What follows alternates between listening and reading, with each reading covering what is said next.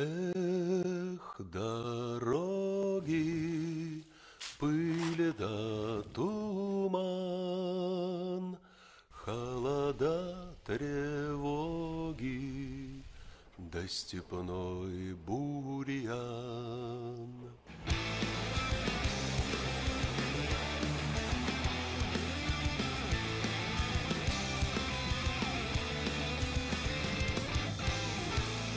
Ну как вам дороги? Дороги? Как в Германии. Как в Германии? Ну, конечно. Все, спасибо.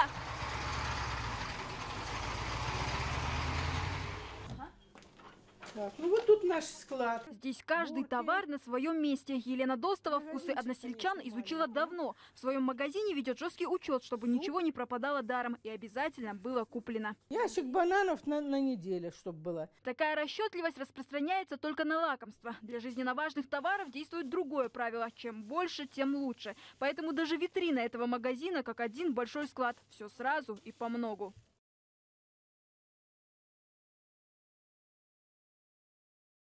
Вот эту фасоль, когда у нас не было 2 месяца дороги, люди приходят и спрашивают: ой, это у вас орешки?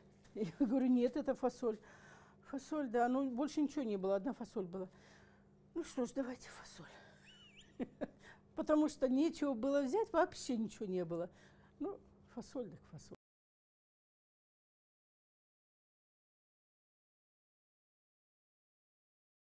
Ту зиму в Белоярке запомнили все. Снега навалило по самые крыши. Бураны замели все дороги. Чтобы выйти во двор, приходилось рыть туннели. Село оказалось в блокаде на долгих 45 дней. Но об этом стало известно только после одного звонка в прямом эфире Первого канала Казахстана. Мы не можем достучаться до наших властей. Просто нам пробить дорогу, нам больше ничего не надо. Уголь взяли полностью на год. Потому что по-другому здесь нельзя. Дрова, все уже в доме осталось только закидать, занести. Мука, лук, все такое необходимое. Ну, в таком крупном количестве, все уже к зиме готово.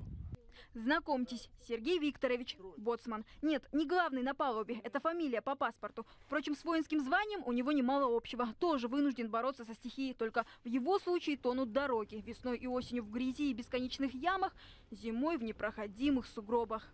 Да, асфальт мы не мечтаем уже. Ну, конечно, мечтаем. Может быть, останется что-то с трассы. Может быть. А вот другие сельчане в ожидании зимы предлагают просто сменить транспорт. Тут надо либо БМП, либо БТРы надо уже, или я не знаю, на чем тут выезжать уже, с этой деревни. Или танк какой-то.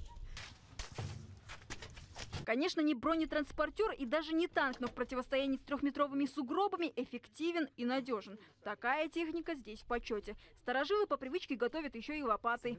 Я всю свою жизнь здесь, 74 года я здесь живу. Я родился здесь. Мой отец, дед, баба, прадеды здесь. Вы понимаете, какая гордость нас заставляет здесь жить бездорожьем. Ох, извините. В Белоярке давно усвоили простой закон. Как к зиме подготовишься, так ее и проживешь. При этом запасаются на годы вперед. Вдруг снова буран и бездорожье. В одном таком мешке 20 килограммов семян картофеля. Их будут сажать весной, чтобы потом хватило на целый год. Все, пойдемте, Рустам Хабибович. Если трактор в селе что-то вроде танка, то это настоящий бункер для продовольствия. Рустам Назаров вспоминает, что те 45 дней изоляции его семья жила только на собственные запасы еды. Такая предусмотрительность уже привычка. И сегодня он думает о том, чем будет питаться семья в следующем году. На следующий год уже мы запасаемся семенами. Вот. Так что, я думаю, на следующий год у нас будет картошка и урожай будет. В селе Белоярка на 300 человек 3 крупных крестьянских хозяйства. Часть урожая продают много лет в Караганду и Астану. Сельчане готовы производить еще больше, но возить сложно. От Белоярки до Астаны почти 150 километров. При этом пробираться по бездорожью приходится половину пути. Только на это уходит до 2 часов.